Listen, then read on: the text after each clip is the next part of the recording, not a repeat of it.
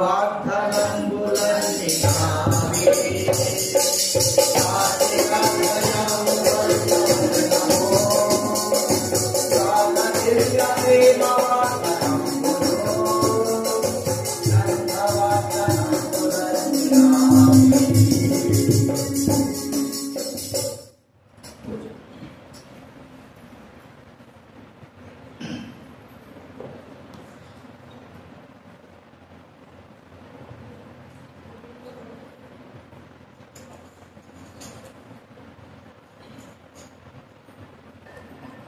ఖచ్చితంగా సొంత పాత్రలు తెచ్చుకోవాలా, సొంత దైవం తెచ్చుకోవాలా.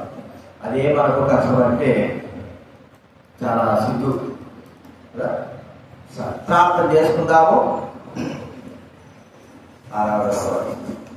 ప్రేమగల తండ్రి, పరిశుద్ధమైన మా దేవ, యేసు క్రీస్తు ప్రభు నామమున మీకు కృతజ్ఞతలు వందనాలు తెలుస్తా ఉంటున్నాం. ఈరోజు ప్రభు పాఠశాలలో మేము చేరి మిమ్మల్ని గణపరిచి మహింపరిచేటువంటి ఆదిలో నాకు మాకు అనుగ్రహించేందుకు స్తోత్రాలు. కానీ మీ స్వరం పెంపచేయండి. ఈరోజు మేము మీ సన్నిధిలో మేము ఉన్నాం. కీర్తన ద్వారా మేము స్తుతించిన ప్రభావ ఈ ప్రకారం తండ్రి ఆత్మతో సత్యంతో ఆరాధించడానికి కొరకై దైవ వాక్యం ద్వారా మేము మిమ్మల్ని స్తుతించుటకు గణపరచుటకు సహాయం చేయండి. కృప చూపించండి ప్రభావ. రావాల్సిన తీసుకురండి వాతావరణం ప్రభావ చక్కగా చేయండి. వాతావరణం ప్రభావం తగ్గించండి. ఆయన బిడ్డల హృదయాల్లో ప్రభావం కలిగి ఆశాభావంతో భయభక్తులతో అనుగ్రహించవలసిన చూస్తున్నాం. కృతజ్ఞతమైన స్తుతులు చెల్లిస్తూ యేసు నామమున ప్రార్థించుచున్నాము తండ్రి. బయటికి పిల్లలు ఎవరు తిరగకూడదు. ఎవరా వాక్యం అయిపోయిన వరకు నరకడ పోకూడదు. వాక్యం అయిపోయిన తర్వాతనే ఇప్పుడే పోయి రావాలి. నీళ్ళు తాగిచ్చేది ఎవరంటే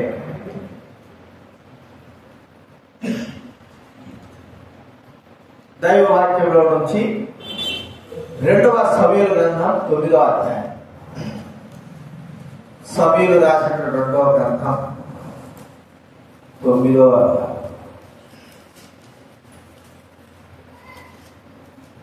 8వ వచనము మనందరం ఒకసారి చదువుకుందా.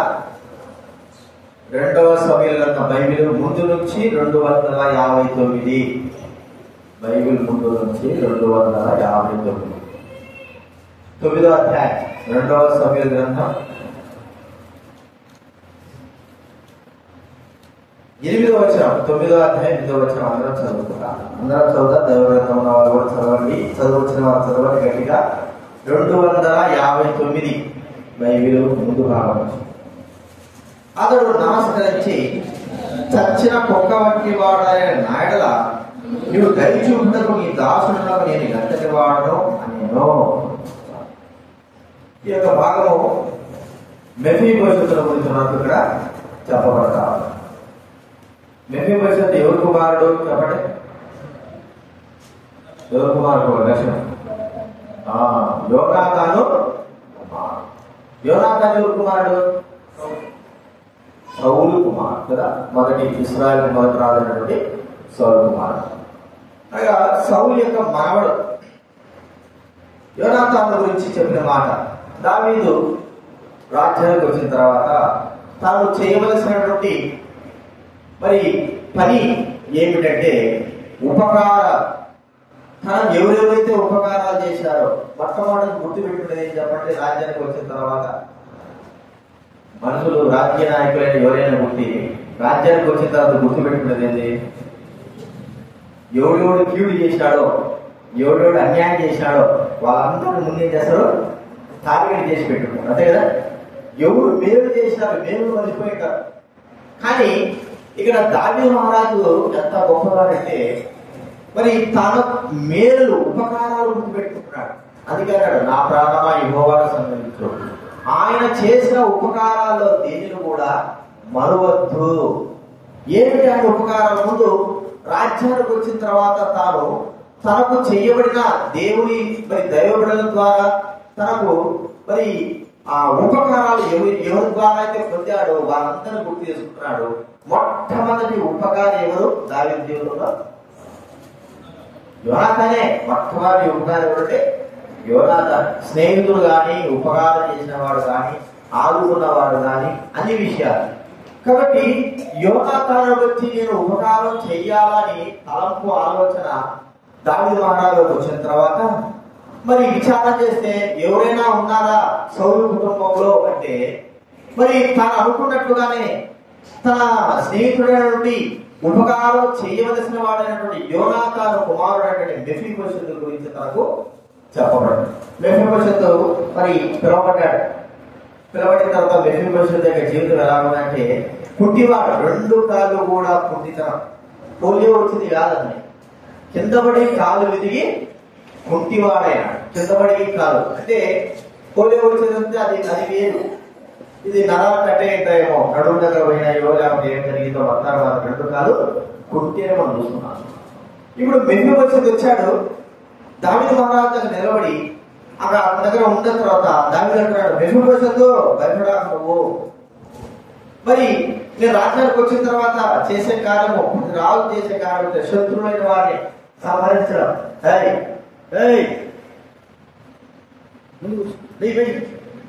ఒకరు ఎవరైనా నువ్వు లేరా, లేదు లే,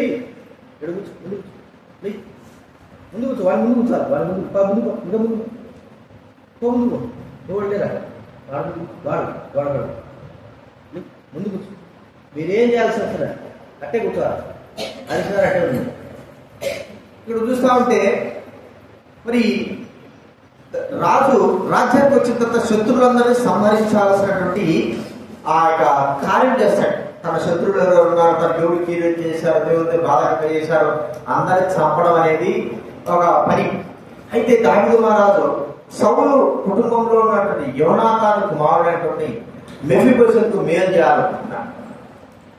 ఎలాంటి మేలది అంటే తిరిగి తన వైభవము, తన తండ్రి యొక్క, తాత యొక్క ఆస్తుపాస్తులు అన్ని కూడా ఎవరు కూడా మిగలేదు. సౌలు కుటుంబంలో ఎవరు కూడా మిగలేదు. కేవలము ఒక్కడైనటువంటి యోనాతాను మెఫీబోషెతు మాత్రం మిగిలినాడు. తర్వాత మనం చూస్తా ఉంటే 2వ సమయంలో 21వ అధ్యాయంలో ఇంకా సౌలు కుటుంబంలో ఉన్నటువంటి కుమారులందరూ కూడా చంపబడ్డారు. కానీ చివరివాడైనటువంటి ఆ మెఫీబోషెతు మాత్రము బ్రతికింపబడ్డాడు. ఇంకొక వ్యక్తి ఉన్నాడు సౌలు కుటుంబంలో. మరి రక్షింపబడిన వ్యక్తి ఎవరో చెప్పండి? అందరూ చచ్చిపోయారు, ఒక్క వ్యక్తి మాత్రం ఉన్నారు సౌలు బిడ్డలలో. మెఫీబోషెతు కాక ఇంకొక వ్యక్తి కాపాడబడ్డారు. ఎవరు? దావీదు భార్య అయినటువంటి మీకాలు మాత్రమే సౌలు కుమార్తె. ఆమె తప్పింపబడింది, అందరూ తప్పేశారు. ఇప్పుడు మనం చూస్తుంటున్నాము మెఫీబోషెతు అంటున్నాడు మరి దావీదు మహారాజు దగ్గర, చచ్చిన కుక్క వంటి వాడనైనా నా జీవితంలో నువ్వు ఎలాంటి కార్యం చేశావు? తన ఒప్పుకుంటున్నాడు, కుక్క నేను, ఎలాంటి కుక్క నేను? చచ్చినటువంటి కుక్కని. చూడండి, ఒక సింహం చచ్చిపోతే దానికి విలువ లేదు, అలాంటిది కుక్క చచ్చిపోతే దాని కూడా రోమాటం. చూడండి, ప్రసంగి గ్రంథం 9వ అధ్యాయం 4వ వచనం అయితే చదవండి. ప్రసంగి గ్రంథం 9వ అధ్యాయం 4వ వచనం. బైబిల్ మధ్యలో నుంచి 561వ పేజీ, బైబిల్ మధ్యలో నుంచి 560. ప్రసంగి గ్రంథం 9వ అధ్యాయం 4వ వచనం చదవండి.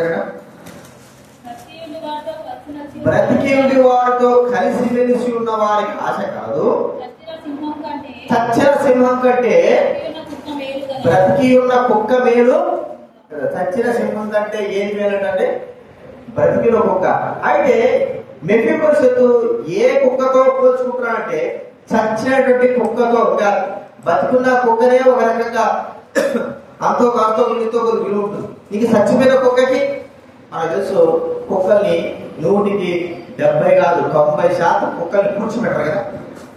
అంతే కదా, 100కి 99% కూడా కూర్చోబెట్టారు. ఎవరో సాకున్న కుక్కలైతే, బాగా ప్రేమించిన కుక్కలైతే కూర్చోబెట్టారు. లేకపోతే ఎక్కడ చూసి చెప్పండి, లేకపోతే రోడ్ల దగ్గర, ఆ సైడ్లలో, శాలల్లో కుక్కల్ని విసిరేస్తారు. చచ్చినటువంటి కుక్క అంటే దానికి సమాధి చేయడానికి కూడా ఇష్టపడరు, త్రోసి వేస్తారు. మెఫీబోషెతు ఎలాంటి జీవితం కలిగి ఉన్నాడని తనకు అర్థమైందంటే, నేను చచ్చిన కుక్కని. అయితే దావీదు మహారాజా, నీవు నా పట్ల చూపేటువంటి ఈ యొక్క అపారమైనటువంటి ప్రేమకు నేను పాత్రుడను కాను. ఎందుకంటే నేను చచ్చిన కుక్క లాంటి వాడను. ఈ కుక్క అయినటువంటి చచ్చిన కుక్క అనటువంటి ఈ మెఫీబోషెతు తను తాను చెప్పుకునే మెఫీబోషెతు జీవితంలో ఎలాంటి గొప్ప కార్యములు దావీదు మహారాజ్ చేశాడు.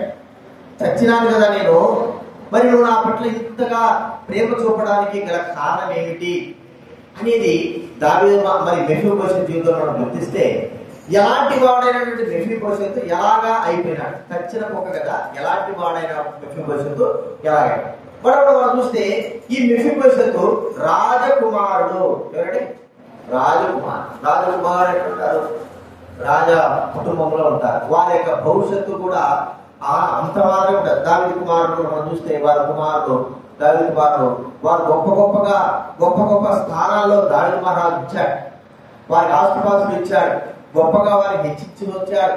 వారి కుటుంబంలో మరి గొప్ప భూస్వాములాగా లేకపోతే గొప్ప ఐశ్వర్యవంతులాగా ఎదుగుతూ వచ్చారు. మరి ఈ యొక్క సౌలు ఎలా మెఫీబోషెతు రాజకుమారుడే కానీ రాజకుమారుడి యొక్క స్థితిగతులు తన జీవితాలు లేవు, పోగొట్టుకున్నాడు. ఎక్కడున్నాడు? లోదేబార్ అనేటువంటి స్థలంలో అక్కడ దాక్కుని ఉన్నాడు. చూడండి, మనం చూస్తే 2వ సమూయేలు గ్రంథం 9వ అధ్యాయం 9వ అధ్యాయము 4వ వచనం చదవండి. 2వ సమూయేలు గ్రంథం 9వ అధ్యాయం బైబిల్ మధ్యలో 258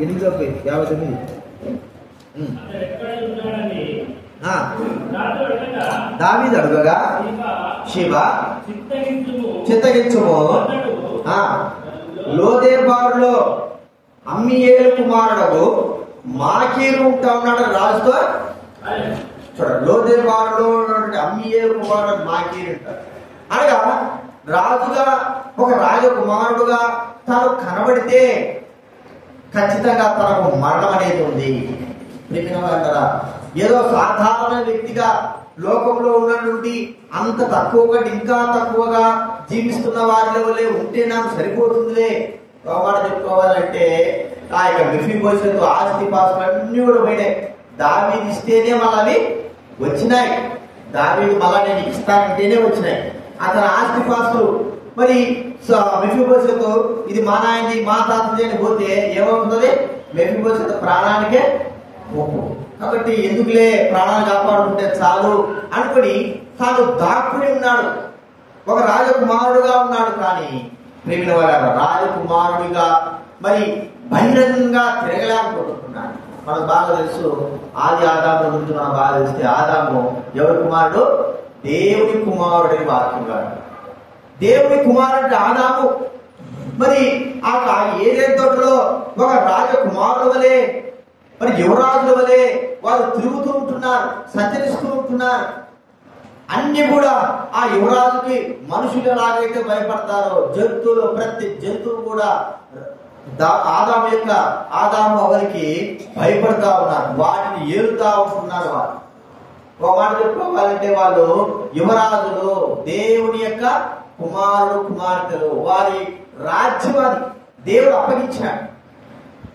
మరి వారు ధైర్యంగా తిరుగుతున్నారు. అయితే ఎప్పుడైతే వారు పాపము చేశారో, దేవుని యొక్క ఆజ్ఞను అతిక్రమించారో, ఇప్పుడు వాళ్ళు దాక్కోవలసిన పరిస్థితి ఏర్పడింది. ఇప్పుడు రాజకుమారుడైన వాడు దాక్కోవాల్సిన అవసరం ఏముంది? ధైర్యంగా ఉండాలి.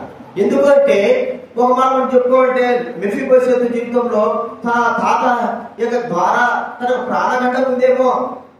ఇప్పుడు రాజకుమారుడు పిలిపించుకోవడానికి యోగ్యత లేదు తనకి. ఇప్పుడు ఒక సాధారణమైన మానవుడుగా ఉండడానికి తను పిలువబడుతుంటున్నాడు. పాపము బట్టి, మా పితరులైన వారు చేసిన పాపాన్ని బట్టి మనం కూడా దేవుడి పిల్లలు అనేటువంటి అర్హత బాధ్యతలు మనము పోగొట్టుకున్నాం. అయితే ఎవరి ద్వారా ఈ అర్హత బాధ్యత మళ్ళా మనం దేవుడి బిడ్డలము అని చెప్పుకోగలుగుతున్నామంటే కేవలము ప్రభువైన యేసుక్రీస్తు ద్వారానే ఈ కార్యము జరుగుతుంది. ప్రభువైన యేసుక్రీస్తు ద్వారానే. చూడండి, పోగొట్టుకున్నటువంటి అర్హత బాధ్యత, ఆ అధికారము, కుమారుని యొక్క బాధ్యత అంతా కూడా మనం చెప్పుకోలేము, దేవుడి ఎదుట రాలేము, దేవుడి ఎదుట ఆదాముల వలె చెట్ల చాట దాక్కునేటువంటి అనుభవంతో ఉంటున్నవారు.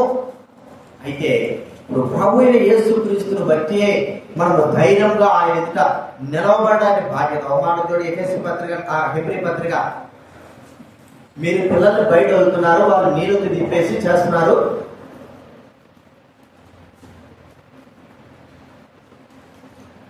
నీరు ఇష్టం వచ్చాడు చేస్తున్నారు. హెబ్రీ పత్రిక 4వ అధ్యాయం 16 వచ్చిన హెబ్రీ పత్రిక 4వ అధ్యాయం సమయోచితమైన సహాయం కొరకు కృప పొందునట్లు ధైర్యముతో, ఎక్కడ చెప్తున్నామండి, కృపాసనం యొక్కకు ధైర్యముతో. దాక్కునే పరిస్థితి కాదు, దూరం ఉండే పరిస్థితి కాదు. ఈ యొక్క మెఫీబోషెతు ఇప్పుడు అప్పటి వరకు దాక్కున్నాడు, ఇప్పుడు దాక్కోవాల్సిన అవసరం లేదు.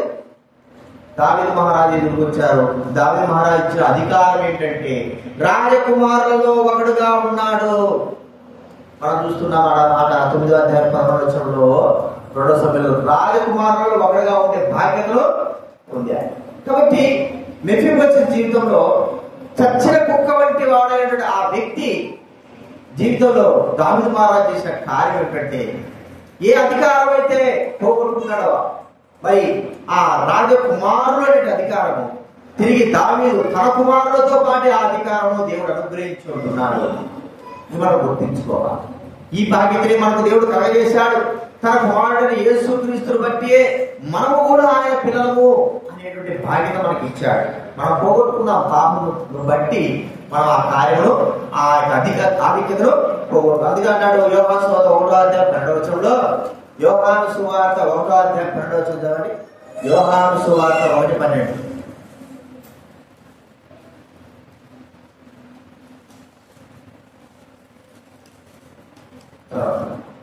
యోహాను సువార్త, తన్ను ఎందరు అంగీకరించురో వారికి అందరికీ, అనగా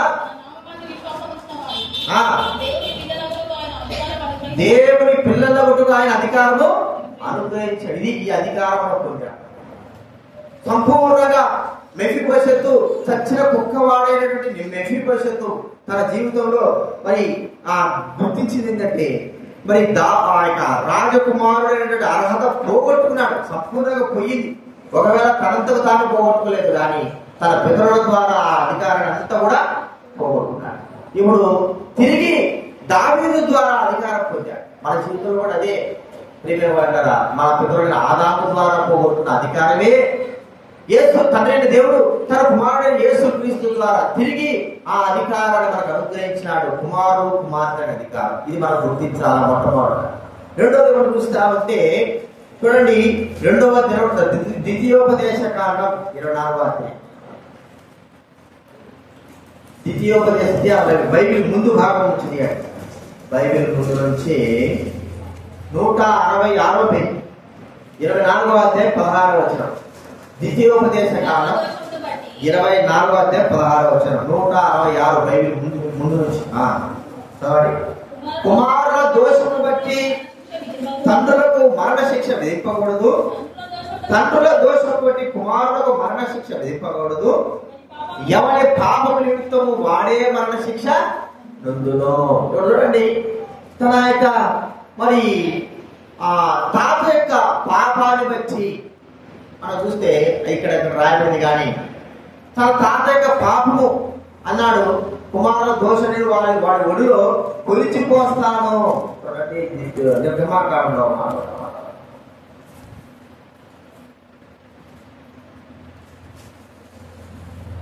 నిర్గమాకాండం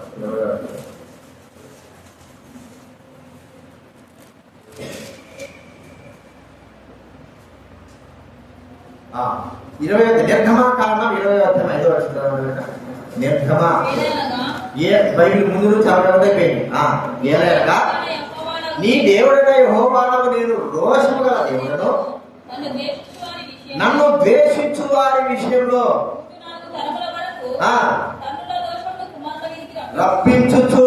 చూడండి, చాలా నన్ను ద్వేషించు వారి విషయంలో 3-4 తరముల వరకు ఏం చేస్తా అంటాండి, తండ్రుల దోషమును కుమారుల మీదకి రప్పిస్తా ఉంటున్నాడు. మరి మెఫీబోషెత్ ఏం పాపం చేశాడు? ఒకవేళ పాపం చేసి ఉండొచ్చు, కానీ తన పాపాన్ని బట్టి ఒకవేళ తను మరణించాల్సింది, కానీ తన పితరుల పాపం కూడా తన మీదకి వచ్చింది. తన పాపం బట్టే కాదు, తన పితరుల పాపం కూడా తన మీదకి వచ్చింది. ఏంటి? ఆ పాపం బట్టి తను అనుభవిస్తుంటున్నాడు. మరి పుట్టిన ఆ తర్వాత 5 సంవత్సరాల వయసులో తాను పారిపోతుంటున్నాడు. 5 సంవత్సరాల వయసులో కదా, 2వ సమయంలో చెప్పబడింది. అతనికి 5 సంవత్సరాల వయసులో తన దారి తీసుకుని వెళ్తా ఉంటే కింద పడిపోయి తన 2 కాలు కూడా కుంటితనమైంది.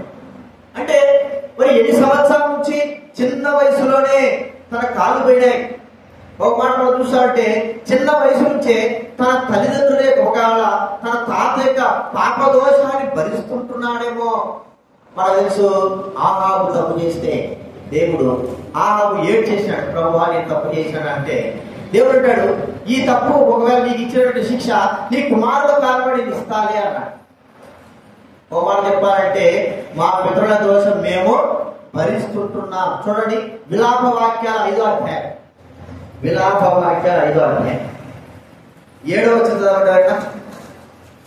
విలాప వాక్యాలు 5వ అధ్యాయం 7వ వచనం. విలాప వాక్యాలు 5వ అధ్యాయం 7వ వచనం. బైబిల్ మధ్యలో నుంచి ఎన్నో పేరు 685.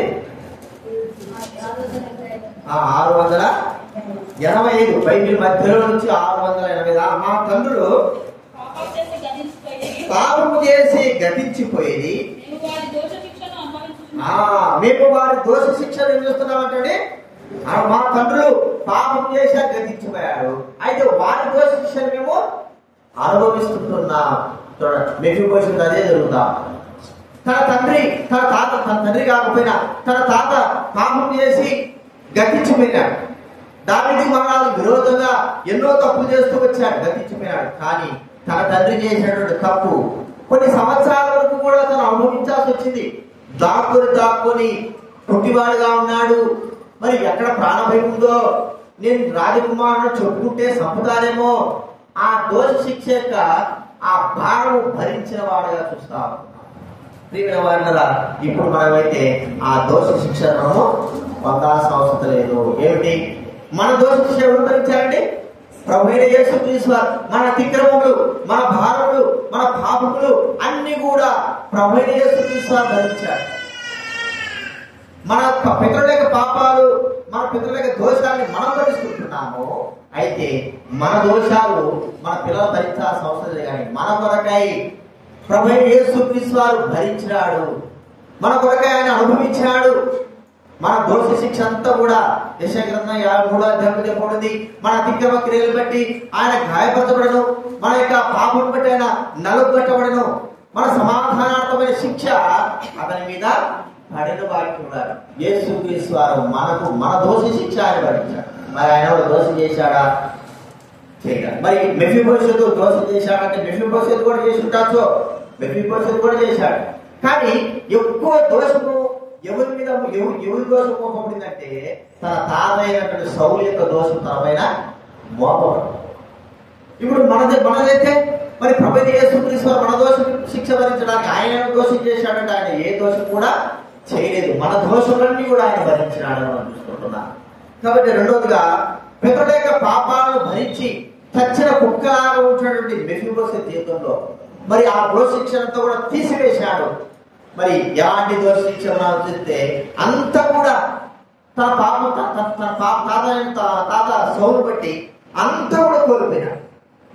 మళ్ళా తిరిగి దావీదు ద్వారా అంతా కూడా అనగా భూములు, ఆస్తులు, దాసులు, దాసీలు అందరూ కూడా అనుభవించేటువంటి బాధ్యతను దేవుడు అనుగ్రహించినాడు. మనం చూస్తున్నాం, దావీదు అనుగ్రహించాడు. మన విషయంలో ప్రభువైన యేసుక్రీస్తు వారు మన దోషాలు భరించే మనకేం చెప్పాడండి? మనకు సంపూర్ణంగా దోషను తీసివేసి మనకు విడుదల విమోచన కలిగించి. ఇది రెండోది మనం చూసుకుంటున్నాం. మూడోదిగా మనం చూస్తా ఉంటే చూడండి, 2వ సమూయేలు గ్రంథం 9వ అధ్యాయం 8వ వచనంలో, 2వ సమూయేలు గ్రంథం 9వ అధ్యాయం 8వ వచనం. అతడు నమస్కరించి చచ్చిన కుక్క వంటి వాడైన నాయడలా ఈ దాసులు నేను ఎందుకు వాడను? చచ్చిన కుక్క వంటి వాడైన నాయడల, చచ్చిన సంపూర్ణంగా చచ్చిపోయి ఉన్నాడు, ఏం లేదు కదా. ఇప్పుడు కాలు ఉంటే పరిగెత్తనే ఏదైనా చూసుకో, కాలు లేదు కదా, ఏమైపోయినాడు?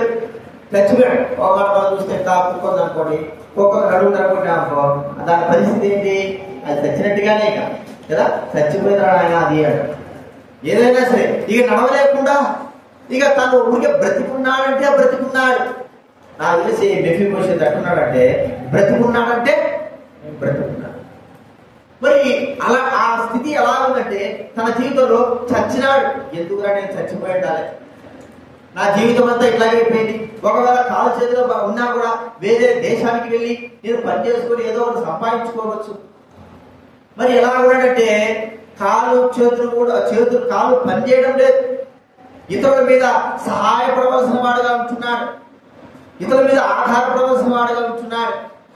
తనకు అర్థమైపోయింది, నేను చచ్చిపోయి ఉన్నాను, చచ్చిన స్థితిలో. అందుకే బైబిల్లో చెప్పేది ఏంటంటే మీరు మీ పాపముల చేత అపరాధముల చేత చచ్చిన వారై ఉండగా. చూడండి, ఎఫెసీ పత్రిక 2వ అధ్యాయం బైబిల్ వెనక నుంచి, ఎఫెసీ పత్రిక 2వ అధ్యాయం మొదటి వచ్చిందా ఎవరైనా? ఎఫెసీ పత్రిక 2వ అధ్యాయం బైబిల్ వెనక నుంచి 173, బైబిల్ వెనక నుంచి 173. మీ అపరాధముల చేతను మీరు చచ్చిన వారై ఉండగా ఆయన మిమ్మల్ని క్రీస్తుతో కూడా దిగిపోతే ఏం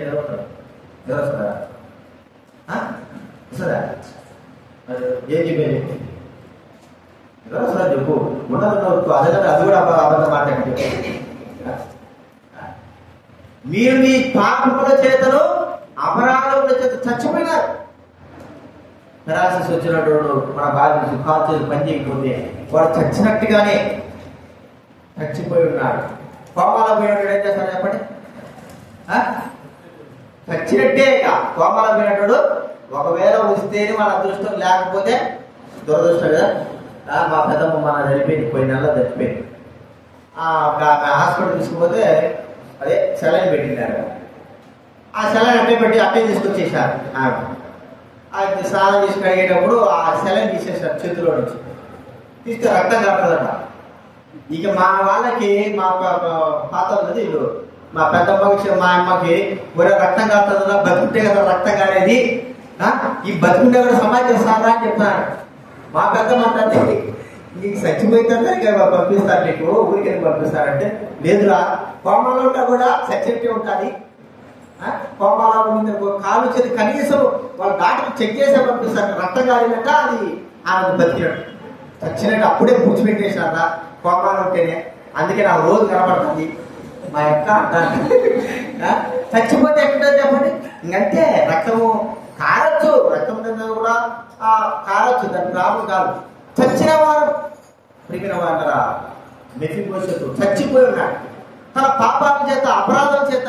ఇది చాలా మంది పాపముల చేత అపరాధం చేత చచ్చి ఉన్నారు, బతుకున్నారనుకుంటున్నారు. కానీ తమ పాపములు తమ జీవితాన్ని, తమ ఆత్మను, తమ యొక్క మనసును చచ్చిన స్థితిలోకి తీసుకెళ్ళినాయి. బహుమానం అని చెప్పుకోవాలంటే ఈ పాపముల చేత అపరాధం చేత ఈ పాపముల చేత అపరాధం చేత చచ్చిన వారు ఎలాగా అని మనం చూస్తే దేవుడికి దూరం అయిపోయినారు. చచ్చిన స్థితి అంటే అర్థం ఏంటి చెప్పండి? చనిపోవడం అంటే అర్థం ఏంటంటే దేవునికి దూరం కావడం. ఒక వ్యక్తి మన కుటుంబంలో ఒక వ్యక్తి మనకు దూరం అయిపోయినాడు, చచ్చిపోయినాడు అంటే అర్థం ఏంటంటే ఇక ఆ వ్యక్తికి మనకు సంబంధము లేదు, తీసుకోబోతాం, గుర్చిపెట్టేస్తాం.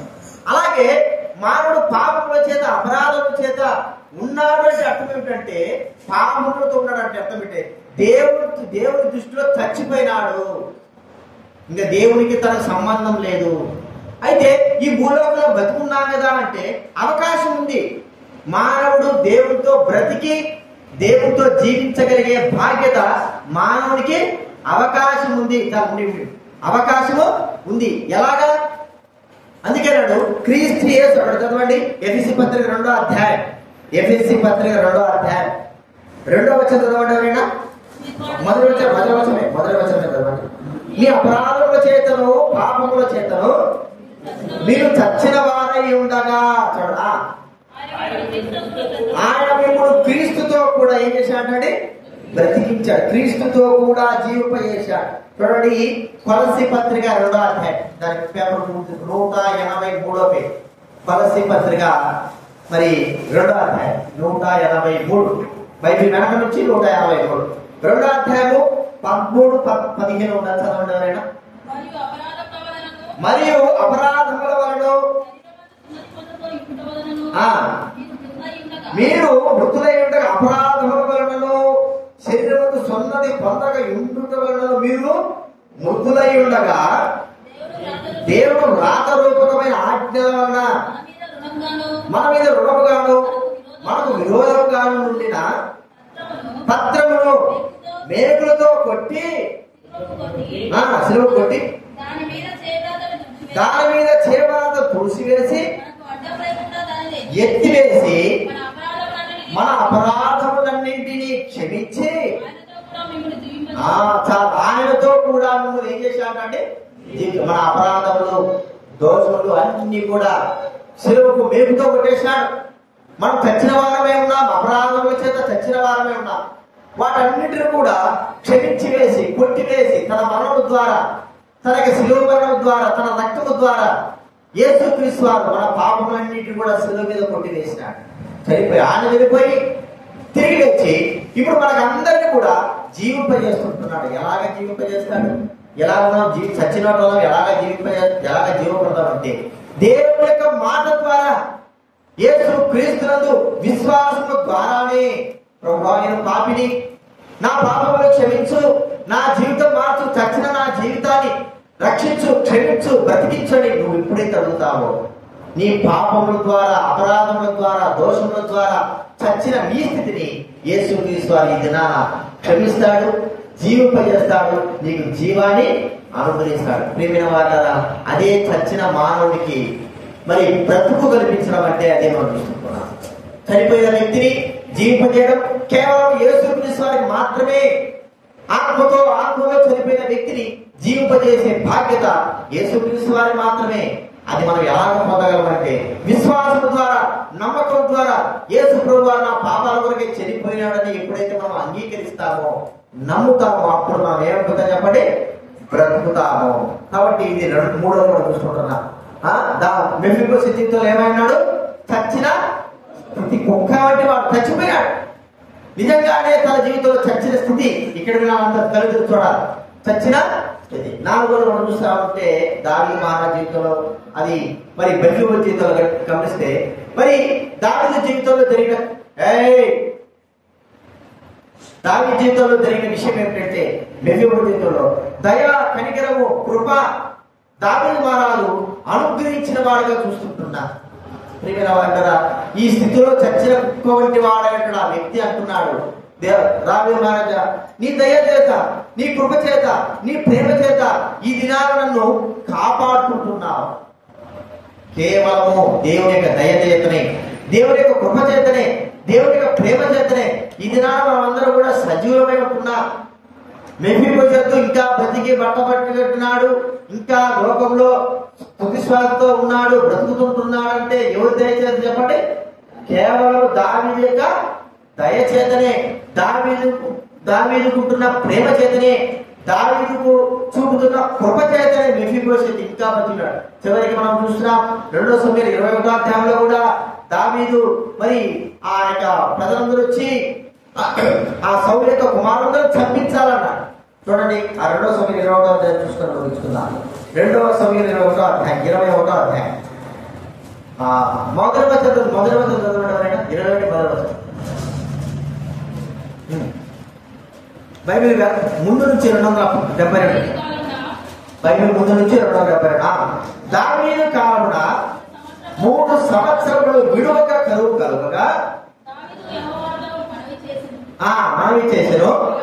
అందుకు యెహోవా ఇలా సెలవిచ్చారు, సౌలు గిబియోనీయులను హతం చేశారు కనుక అతనిని బట్టి, నరహంతులు అతని ఇంటి వారిని బట్టి ఈ శిక్షగా ఈ కరువు ఎవరు బట్టండి కరువు వచ్చింది? దావీదు కాలంలో సౌలు ద్వారా గిబియోనీలు, ఆ దినాల్లో యెహోషువ కాలంలో మారువేషం వేసుకొచ్చి గిబియోనీలు మరి యెహోషువ ద్వారా ఆ అధికారుల ద్వారా ప్రమాణం చేయించుకుని మిమ్మల్ని సంపమని ప్రమాణం చేయించుకున్నారు, మోసంతో చేయించుకున్నారు. అదే కారణము వారు ఒకవేళ దాసులుగా ఉండొచ్చేమో కానీ దావీదు మహారాజు వారిని చంపుతా వస్తే మరి దావీదు ద్వారా చనిపోయాడు, అనంతరంలో చనిపోయాడు. ఇప్పుడు కరువు కలిగితే దేవుడు అంటున్నాడు సౌలు ద్వారా నీ కరువు వచ్చింది. మరి ప్రజలు అడిగారు, దావీదు అడిగాడు గిబియోను పిలిచి, ఎవరంటే ఏం చేయాలి, మీకు కరువు పోవాలా, మీరు ఏం కోరుకుంటున్నారంటే అయ్యా మాకేమొద్దు, సౌలు కుటుంబంలో 7 మందిని మాకు అప్పచెప్పు. ఇంకా బతికే ఉన్నారు, సౌలు యొక్క కుమారుడు కొంతమంది బతికే ఉన్నారు, మరి ఉపపత్నుల ద్వారా పుట్టినటువంటి కుమారుడు బతికే ఉన్నారు, అంటే తన రక్త సంబంధిగా బతికే ఉన్నారు. వారందరూ ఏం చేయాలి, ఊరేసేయాలి అందరినీ, ఎవరిని మరి అందరినీ ఊరేశారు. కానీ యోనాతానును బట్టి మెఫీబోషెతు ఏం చేశాడండి, తప్పించాడు. చూడండి ఆ మాట ఉంది ఇప్పుడు మనకి ఇక్కడ 7వ చదవండి, 7:8 అదే 21:7 చదవండి ఎవరైనా.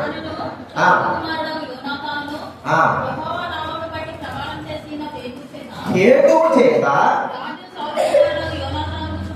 అప్పింపగా మెఫీబోషెతు ఏం చేయాలంటే అప్పగింపగా, మెఫీబోషెతు ఏం చేయాలన్నాడు, అప్పగింప. అంటే మెఫీబోషెతు ఏమైపోయినట్టు, ఆ ఇక దావీదు యొక్క కృపకు దయకు పాత్రుడై తన ప్రాణాన్ని కాపాడుకున్నాడు. ఎవరి ద్వారా అనేది, దావీదు ద్వారానే తెలియదు. ఇప్పుడు యేసు క్రీస్తుని బట్టి మనకు శిక్ష గాని మరణము గాని అన్ని కూడా తొలగిపోయినాయి, కేవలము యేసు క్రీస్తుని బట్టి. ఇది మనము ధైర్యంగా ఉన్నాము, ఆత్మలో ధైర్యంగా ఉన్నామంటే అర్థం ఏమిటి, మనకు ఏ తెగులు గాని ఏ కష్టం గాని ఒకవేళ వచ్చినా కూడా మనం ఏమి చేయలేదు అనే ధైర్యం ఎందుకు, మరణము గాని వచ్చినా కూడా మాకు ఏమి కాదనే ధైర్యం ఏమిటంటే మనకు మన యొక్క ప్రభు యేసు క్రీస్తు ద్వారానే మనకి ఇది జరిగింది. విషయాలు జ్ఞాపకం 400 విషయాలు మెఫీబోషెతు జరిగింది. చచ్చిన కుక్క వంటి వాడై ఉన్నాడు. అలాంటి వ్యక్తి యొక్క జీవితం ఇంత గొప్ప కార్యం జరిగింది. మన జీవితంలో కూడా యేసు క్రీస్తుని బట్టి మనకి ఇంత గొప్ప కార్యము జరిగిందని మనం గుర్తించుకొని ప్రభువును మనం స్తుతించి ఆరాధించి మహిమపరుస్తాం. విషయాలు జ్ఞాపకం ఆరాధనలో ప్రవేశిస్తాం. లేచిన పాట